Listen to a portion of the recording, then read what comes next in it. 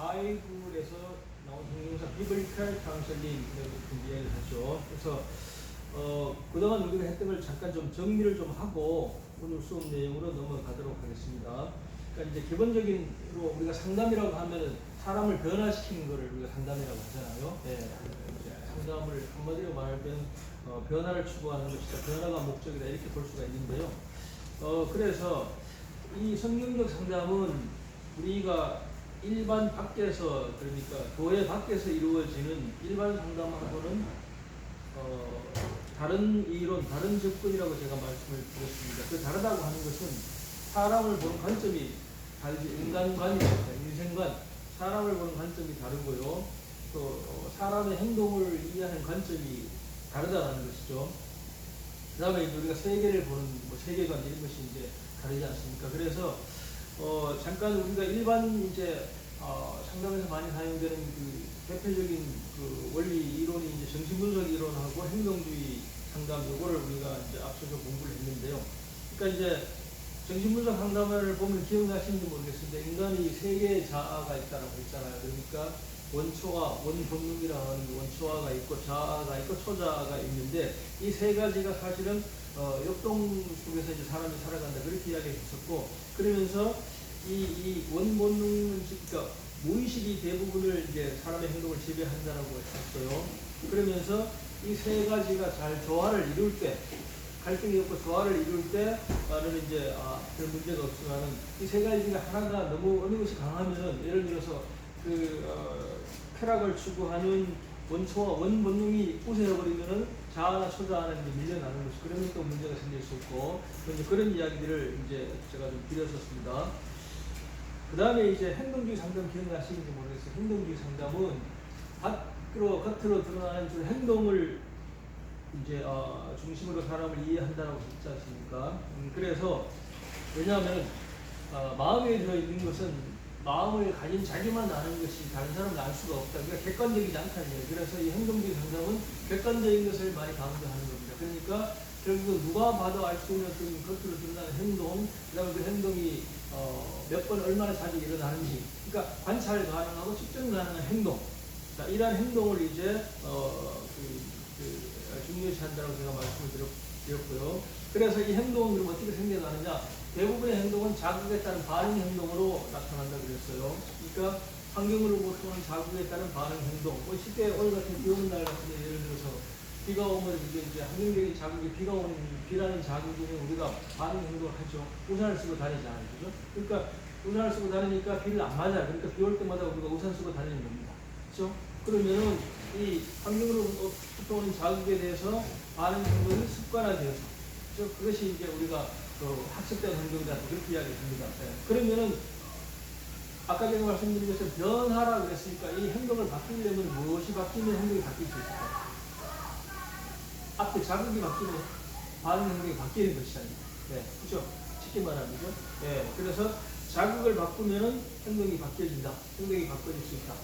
네, 그러니까 자극에 따른 반응 행동이, 그 행동이 강화되어서 계속 그 행동을 습관적으로 하게 되는 거니까, 예를 들어서 바람직하지 않은 행동, 나쁜 행동들, 그런 행동들도 이제 강화되어서, 굉장히 강화되어서 계속 그 행동을 한다, 이런 이야기잖아요. 제가 지난번에 이런 얘기를 한번 들려드렸어요. 여기 학교 앞에서 이렇게 동생들 독백고 하는 이런 녀석들 있잖아요. 학교 뭐라 그러죠? 일진.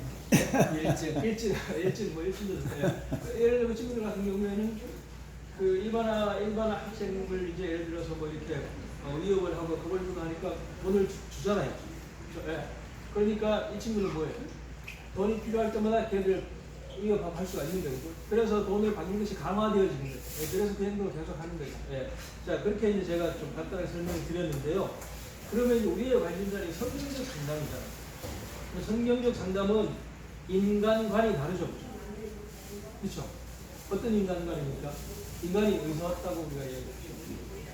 사람은 하나님이 창조하셨다고, 하나님이 창조한 피조물이잖아요. 그렇게 우리가 접근을 하죠. 그래서, 그런데, 자, 하나님이 창조를 하셨는데, 우리가 타락했잖아요. 범죄로 인해서. 그죠?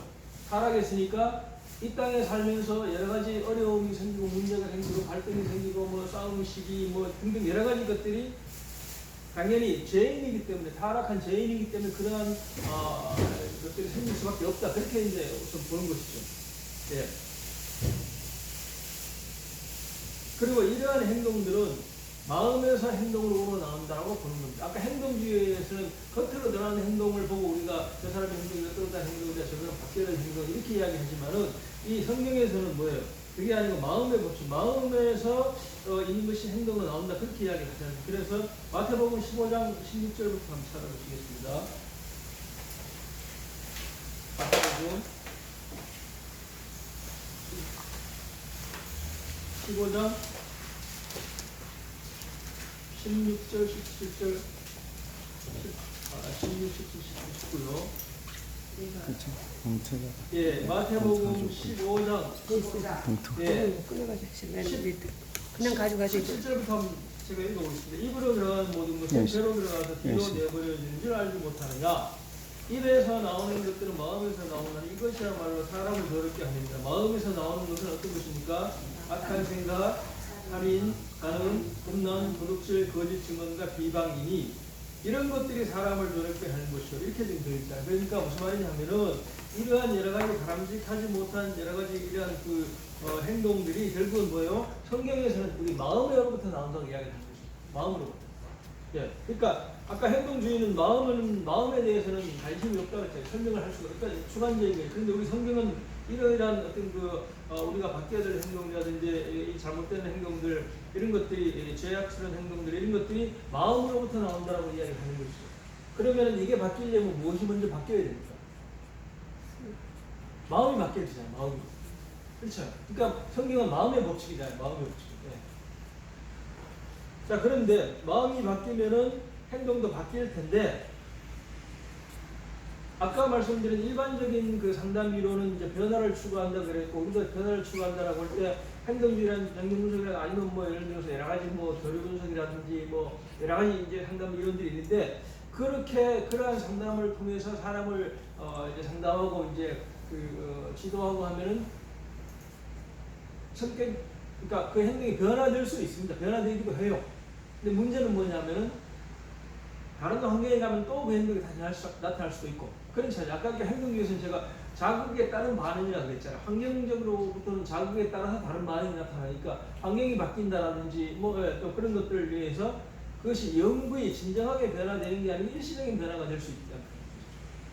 그러니까 보상을 통해서 변화시키는 걸 제가 굉장히 지난번에 한번 드렸잖아요. 예를 들어서 공부를 열심히 해가 100점 받아오니까 자녀가 아버지가 돈을 만 원씩 줄 수 있잖아요. 줘가지고 계속 100점 많은 행동을 강화시켜요. 그래서 그 열심히 공부하는 행동이 뭐예요?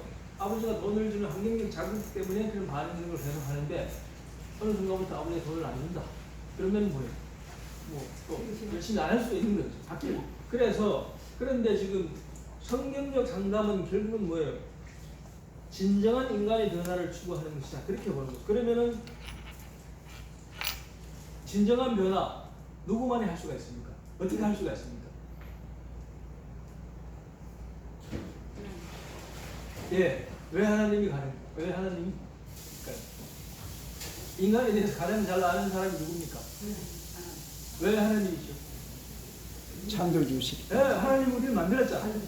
하나님이 우리를 만드셨잖아. 그러니까 피조물인 우리에 대해서 가장 잘 아는 분은 하나님이에요. 그렇죠?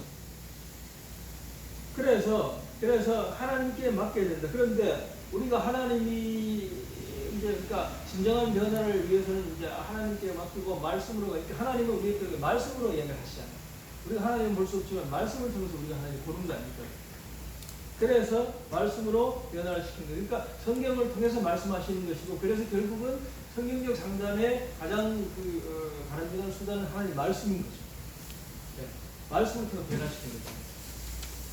그게 디모데후서 3장 16절을 가보십시오. 디모데후서 3장 16절 말씀을 통해서 변화를 시킨다는 것을 우리가 입증해 주는 거잖아요. 3장 16절에 모든 성경은 하나님의 감동으로 된 것으로 교훈과 책망과 다르게 함과 의로 교육하되 유익하니. 예, 그렇죠.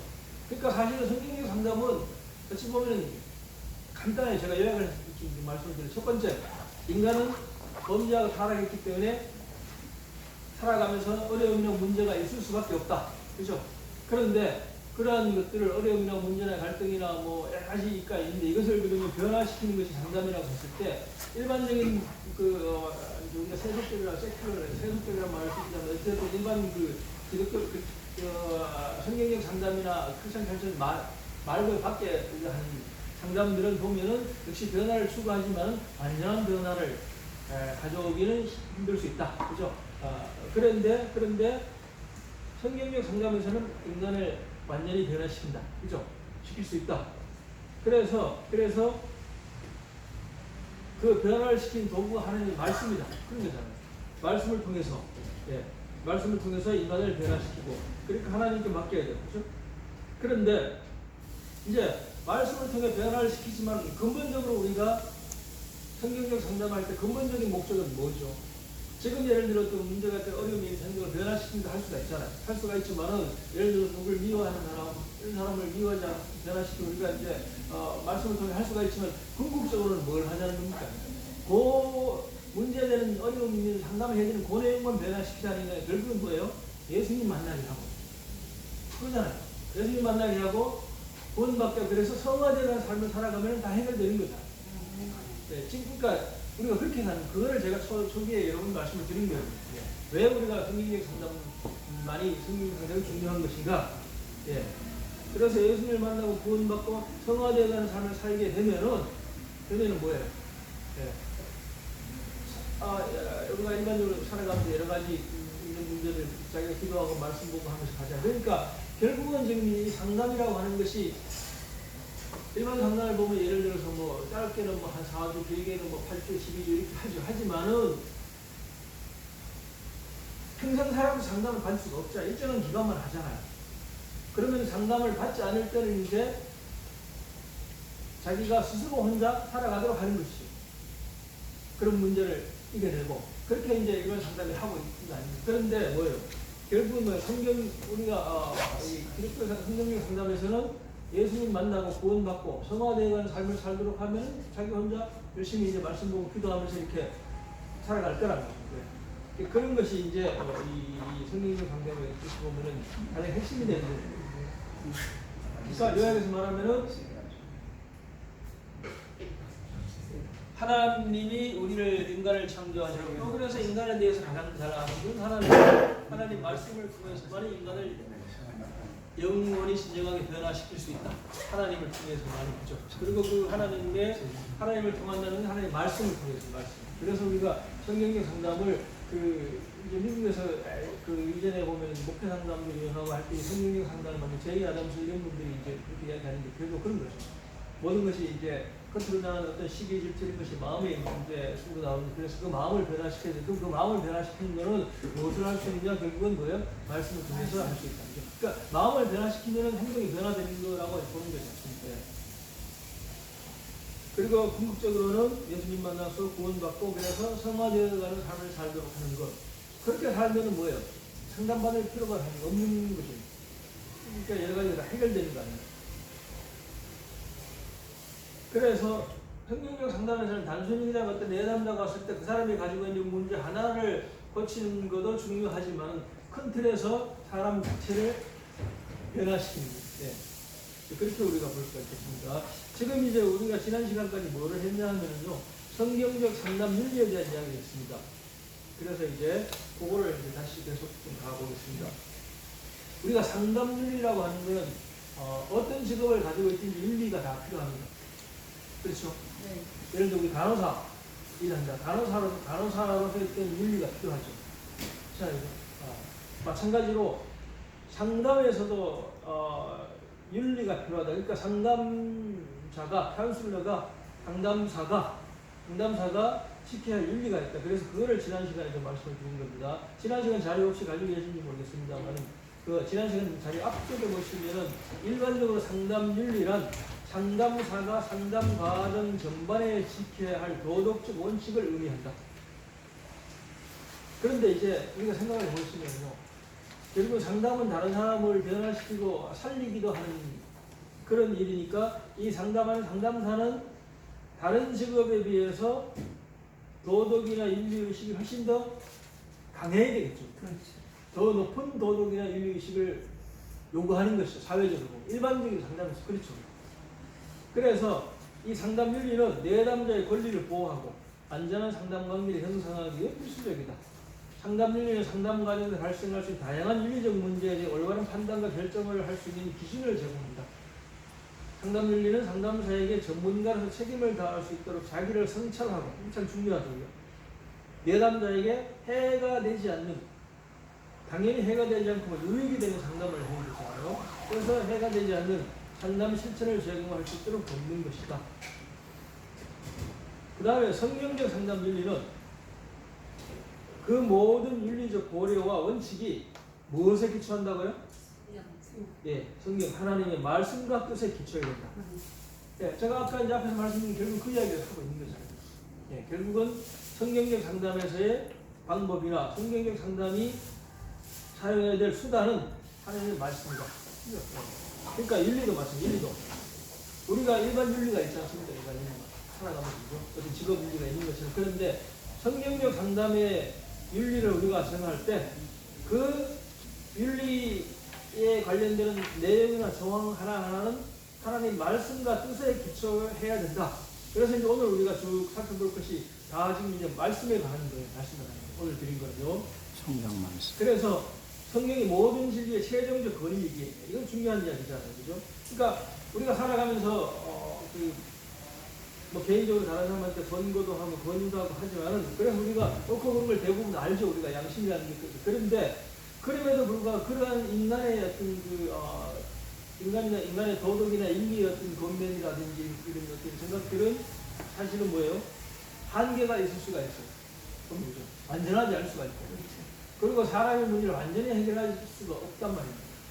그런데 그래서 성경이 모든 진리의 최종적 근이라고 이야기하죠. 최종적 근. 성경이 가장 마지막에 그러잖아요. 그래서 성경이 모든 진리의 최종적 근이기에 상담 윤리는 성경에 기초해야 된다. 네. 곧 성경적 상담의 윤리적 기초는 성경이다.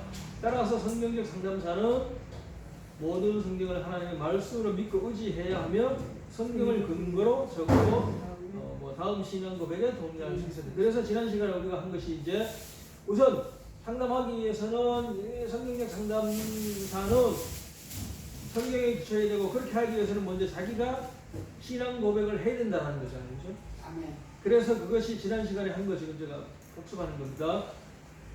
첫 번째가 하나님의 선택과 불가항력을 우리가 고백해야 된다. 가지고 계시죠?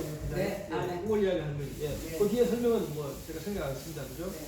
그 다음에 두 번째가 성경의 권위를 믿어야 됩니다. 성경의 권위. 네. 우리가 책을 읽고 훌륭한 책이나 철학책을 읽으면 이렇게 감동하고 감탄하고 하잖아요. 그렇지만 그것조차도 사람이 다 쓴 거 아니에요. 이거는 성경은 하나님의 말씀이잖아요. 그러니까 최종적인 권위, 다른 거 여러 가지들이 있지만 그거를 훨씬 더 넘어서는 최종적인 그 상담의 원리의 기초, 그것이 뭐예요? 성경이죠. 그래서 성경이 하나님의 말씀이며 성경의 감동으로 기록된 명확무고한 진리. 그러니까 우리가 일반 상담으로 이야기를 하지만은 그것이 완전한 진리가 아닐 수 있어요. 그렇지 않습니까? 네, 일반 사람들 이야기하는. 그런데 성경은 뭐예요? 명확무고한 진리, 완전한 진리잖아요. 그 다음에 세 번째가 삼위일체 하나님. 삼위일체 하나님을 우리가 믿어야 된다는 것이죠. 그 다음 네 번째가 하나님의 창조와 주권적 통치를 우리가 믿고 고백해야 된다는 거죠. 그 다음에 인간의 전적 타락을 우리는 믿고 고백하는 거죠. 제가 아까 처음에 말씀드린 그 이야기를 하는 거예요. 인간이 타락했기 때문에 범죄로 인해서 우리는 이 땅에 살아가면서 문제가 있을 수밖에 없다. 그죠? 예. 거기도 보시면은 죄는 인간의 전인을 오염시켰다. 전인격적. 그러니까 우리가 전인격적으로 하면은 지정의를 말하기도 하고, 지식, 인지적인 부분, 정의적인 부분, 그 다음에 의지적인 부분도 말하기도 하고, 그 다음에 우리가 신체적인 영역, 신체적인 게 있고, 그 다음에 지능검사, 인지의 그 어떤 지능도 있고, 그 다음에 또 감성지능도 있지 않습니까? 감성지능. 그리고 영성지능이라는 것도 있어요. 영성지능. 이 여러 가지를 다 갖추는 게 우리가 이제 전인격적인 인간이라고 하는데, 쟤는 뭐 이 여러 가지 그 전인격적인 부분을 다 오염시켰다고 하는 거잖아요. 그렇죠. 그래서 죄인된 인간은 스스로 구원에 이를 수 없고, 그 말은 우리가 상담으로 오면 죄인된 인간은 스스로 자기를 변화시킬 수 없다. 예, 그 말이죠. 하나님을 아는 지식도, 하나님을 기뻐하는 마음도, 하나님 앞에서 선을 행할 의지도 없다. 예. 의지가 상당히 중요한데, 의지도 우리는 약하다, 없다, 이렇게 표현을 하고 있죠. 죄인된 인간은 하나님 앞에서 영적으로 죽었으며 구원이 절대적 표현. 그래서 이러한 이 성경적 상담사의 이러한 그 신앙 고백을 해야 제대로 상담을 할 수 있다, 그런 이야기 아닙니까? 그 다음 6번째가 그리스도의 인격과 사역을 우리가 믿고 고백하는 거죠. 성육신, 고난, 죽음, 부활, 승천, 재위, 재림을 통해 구속 사역이 이루어진다. 왜냐하면요, 제가 아까도 말씀드렸잖아요. 상담의 짧은 적을 미시적인 목표는 그 사람의 어떤 힘든 거, 어려운 거를 변화시키는 거지만, 더 최종적인 거는 누구를 만나게 해야 되는 거라고요? 네, 예수님 만나고 하나님 만나서 구원받고 성화되어 살도록 하는 거. 그렇게 되면 그 사람의 문제는 해결돼 가는 거 아니겠습니까? 아멘. 여기서 지금 그런 이야기를 하고 있는 것이지 않습니까? 그래서 그리스도 안에서 은혜로 얻는 구원. 그럼 그 구원은 은혜. 우리의 행실이 아니고 오직 은혜로. 그렇죠. 믿음으로, 은혜로 믿음으로 말미암아 구원을 얻는다. 예, 뭐 우리 신학 과목에서 다 배우신 내용 아닙니까? 그 다음에 이제 그리스도 안에서 성도는 소명, 중생, 회심, 믿음, 칭의, 양자, 선화, 견인, 영화에 이르는 구원을 누린다. 이거 하나하나도 우리가 좀 잘 살펴보셔야 될 것이고, 아마 신학에서 강의 때 배우신 거 아닙니까? 네, 선화가 뭐고, 견인은 뭐고, 칭의는 뭐고, 이런 거 다 배우시잖아요. 칭의는 뭐, 칭의. 의롭다 여기는. 예. 그래서 우리가 성화된 삶이니까 이제 의인하라 그래야 되나요? 우리가 이것이 이제 영어로 말하면 justification. 너는 더 이상 죄인이 아니다라고 인정해 주는 거, 인정해 그걸 말씀하는 거잖아요. 예. 그 다음에 뭐가 있죠? 성화. 그죠? 이거는 sanctification이죠. 그러니까 믿음을 말미암아 구원받고, 그래서 너는 더 이상 죄인이 아니다. 그죠? 의인이다. 라는 거가 justify, 영어로 justify. 의롭다. 그러니까 정당화시키다, 의롭다. 그런 게 justification, 의인. 그 다음에 이제 그거로 끝나는 게 아니잖아요. 그 다음에 평생 노력해야 되는 게 뭡니까? sanctify. 성화되어 가는 삶을 살는 거예요. 쉽게 말하면 우리 예수님 닮아가는 하는 게 아니고 그거죠. 그러니까 이 상담받으러 오는 사람이 결국 예수님 닮아가도록 하면 해결되는 거죠. 그러면 되는 거예요. 예. 성화되어 가는. 그래서 여기도 뭐 9번째, 성령의 사역은 결국은 뭐예요? 보혜사 성령님이 우리를 도와주셔야 된다는 것이잖아요. 그러니까 우리가 우리 성도들도 뭐예요? 성화되어가는 삶을 살기 위해서 말씀도 보고 기도하면서 누구에게 도움을 요청합니까? 성령 하나님께 도움을 요청하잖아요. 자, 그랬을 때요, 성령 하나님, 성령 충만하다, 우리가 이런 이야기를 하는데, 우리 영어로 그 표현을 보면 인플루언스라는 말을 씁니다. 여러분, 성령 충만하다는 말이 무슨 말일까요? 성령 충만하다는 말. 많이 쓰시잖아요. 말씀 좀. 성령 충만한 삶을 살게 하시옵소서.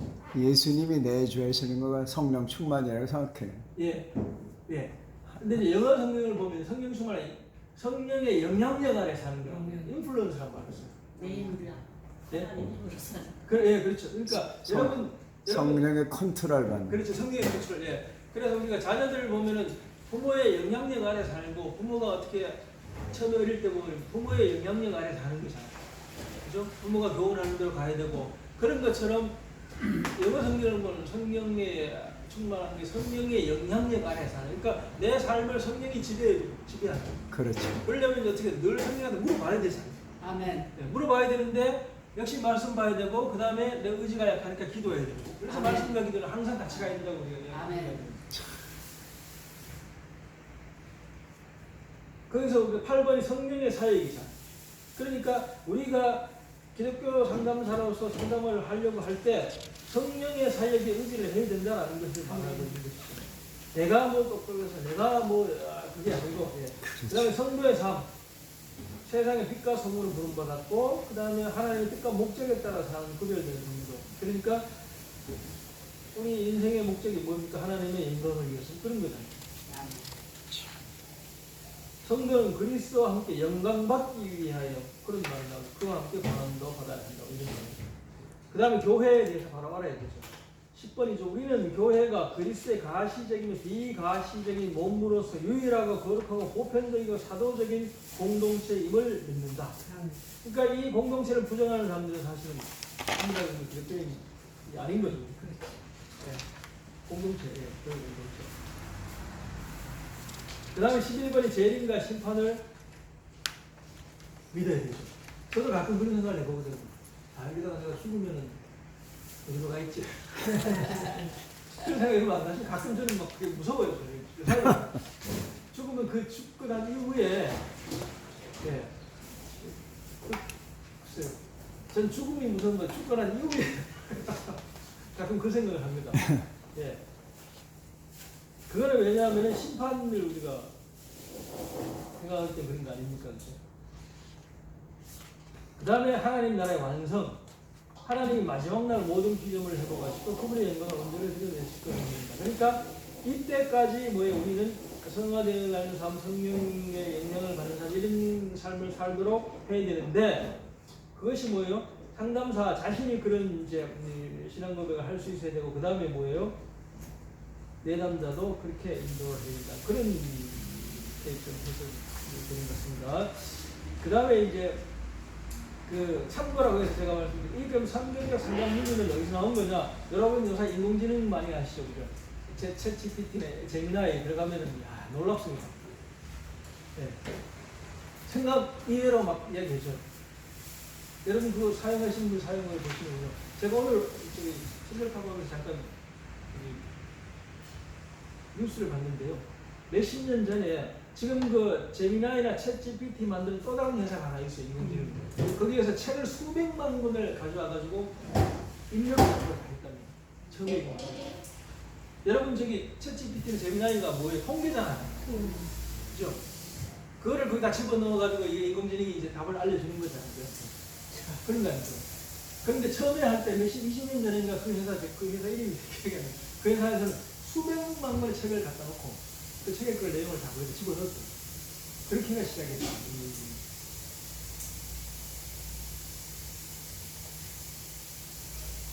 그래서 여기도 보시면 이제 제가 인공지능에서 퍼온 겁니다. 성경적 상담 윤리 강령. 그러니까 Standard of Ethical Conduct in Biblical Counseling이잖아요. 그러니까 스탠다드라는 건 뭐 표준이잖아요. Ethical Conduct. 그러니까 이게 윤리적. 윤리적 행위의 어떤 표준이고 in Biblical Counseling이잖아요. Biblical Counseling. 성경적 상담에서의 윤리 강령은 어디서 그러면 나온 거냐? 결국 사람이 만들어냈을 거 아닙니까? 그죠? 그래서 기독교적 신앙 및 성경적 원리를 바탕으로 그러니까 일반 철학이나 일반 그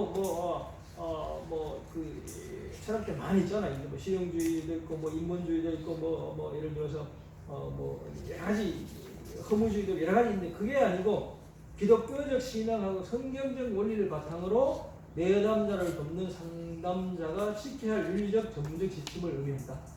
그래서 그러면 이게 어디서 나온 거냐? 미국 기독교 상담학회 AACC 있죠? 성경적 상담학회. 우리나라도 성경적 상담학회가 있습니다. 여러분 사이트에 들어가 보시면 있어요. 예. 그 다음에 한국 기독교 상담협회. 이런 여러 군데에서 윤리 강령을 만들었을 때 아니겠습니까? 그거를 바탕으로 만들어낸 것이다. 이거를 종합한 핵심적 강령 요소다. 이렇게. 그래서 거기를 보면 하나님과 성경 말씀에 충실성이 먼저 나오잖아요. 근데 결국 성경의 상담은 하나님 말씀에 의지해야 되고 그 말씀에 의지하는 것뿐만 아니라 충실성. 예, 충실성. 예. 그래서 그게 뭐냐? 성경의 권위를 인정해야 돼요. 모든 성경은 하나님 말씀을 낸 것을 아까 우리가 디모데후 3장 16절 봤잖아요. 그러니까 이게 보면은 성경이 일단 어떤 내용은 내가 받아들이고 수용하고 어떤 내용은 아니고 뭐 이렇게 할 수 있거든. 그런 사람이 가끔 있잖아요. 자기에게 유리하고 자기가 듣기 좋은 말은 취하고 뭐 불편한 거 내 이웃을 내 몸과 같이 사랑하는 잘 계십니까? 당장 이거 내 가족 중에서도 내 돈 내가 떼어놓으면 막 그때 화가 나. 그럼 내 몸과 자랑이 되겠습니까? 그렇잖아요. 그럼 안 된다 그래 포기하냐? 그게 아니잖아요.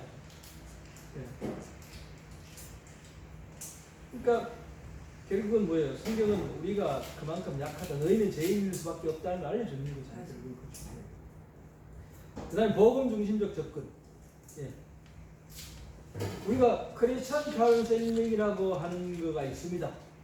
기독교 상담 이론이 있고 하는데 거기에는 제가 책을 좀 읽어보니까 밖에서 말하는, 다시 말하면 밖에서 있는 이론이 우리가 일반인식이라고도 제가 말씀드려서 다 우리가 그 배척할 건 아니지만 간혹 이렇게 잘 보면 비성경적인 게 있다고 해요. 비성경적인 거 아니면 성경에 어긋나거나 아니면 성경에서 말하지 않는 것을 이야기하는 것이 있거든. 제가 보는 예를 몇 가지 말씀드렸잖아요. 보상을 통해서 좋아하는 걸 자꾸 사주면서 이렇게 해서 어떤 행동을 바람직한 행동을 잘하도록 한다. 근데 그게 그보다는 성경에서 부모를 주 안에서 순종하라고 했잖아요. 그럼 그 말씀에 따라서 부모에게 순종하는 것이지 부모가 뭐를 자꾸 사주고 뭐를 그런 자기 원하는 걸 해줘서 순종하는 거 물론 어릴 때는 그렇게 가르치면 영적으로 성장하는 사람은 뭐예요? 하나님 말씀 위에서 그렇게 이야기하니까 말씀에서 그렇게 이야기하니까 그걸 따라서 순종해야 되는 거죠. 그런데 또 더 나아가면 그 순종하도록 자녀를 만드는 건 부모이죠. 그래서 사실 거기 보면은 상담하는 분들은 이렇게 책임이 자녀에게 있는 게 부모에게 돼 있다는 거예요. 순종 안 하는 자녀보다는 순종하도록 부모가 만들어야 된다는 이야기 하죠. 그 다음에 기독교적 정체성을 유지해야 한다. 상담자 자신이 신앙적 인격적으로 정결한 삶을 유지하며 내담자에게 선한 모범이 되도록 노력해요. 쉽지 않죠. 쉽지 않아요. 그 다음에 내담자에 대한 존중과 사랑, respect를 넣었죠. 왜 그러면 내담자를 무조건 사랑해야 되냐? 왜? 모든 사람은 하나님의 형상을 따라 만들어지는 거예요. In the image of God 이렇게 나오는 거죠. 그러니까 하나님의 형상을, 그러니까 모든 인간이 하나님의 형상을 따라 만들어졌기 때문에 그것이 뭐 장애인이든지 좀 이상하게 생긴 사람이든지 뭐 색깔이 뭐 깜장이든지 오늘 제가 식당에 아침에 갔으니까 옆에 저 이야기하는데 어떤 분이 유학을 가는데 깜둥이들이 너무 많아요. 깜둥이 그 이미 그 사람 마음이 뭐예요? 멸시하고 있는 거가 들어있는 거예요. 그러니까 한번 말씀드려 마음에 있는 것이 행동으로 드러난다고 아까 그렇게 성경에서 이야기하고 있잖아요. 그 사람 마음에 그게 들어있으니까 깜둥이 뭐 이렇게 이야기하는 거예요. 애프로 아메리칸 그렇게 이야기했어요. 애프로 아메리칸. 그러니까 아프리카 쪽의 계열의 미국 사람. 코리안 아메리칸 그렇게 지식인 사람 그렇게 이야기해요. 애프로 아메리칸, 에이시안 아메리칸. 그래서 저기 미국 사람들이 우리나라 사람들 보고 눈치들이 사람 뭐 그러고 뭐 황색 뭐 인종 뭐 그런 거는 좀 나쁘잖아요. 네, 황인종도 이러고 하고. 네. 그래서 하나님의 형상을 존중해야 된다는 거죠. 그러니까 모든 내담들 하나님의 형상으로 창조된 존엄한 존재로 대한다. 이미 자네가 다르잖아요. 내담자를 우리가 이렇게 보기 시작합니다. 그래서 인종, 성별, 연령, 사회적 지위에 따른 차별을 하지 않는다.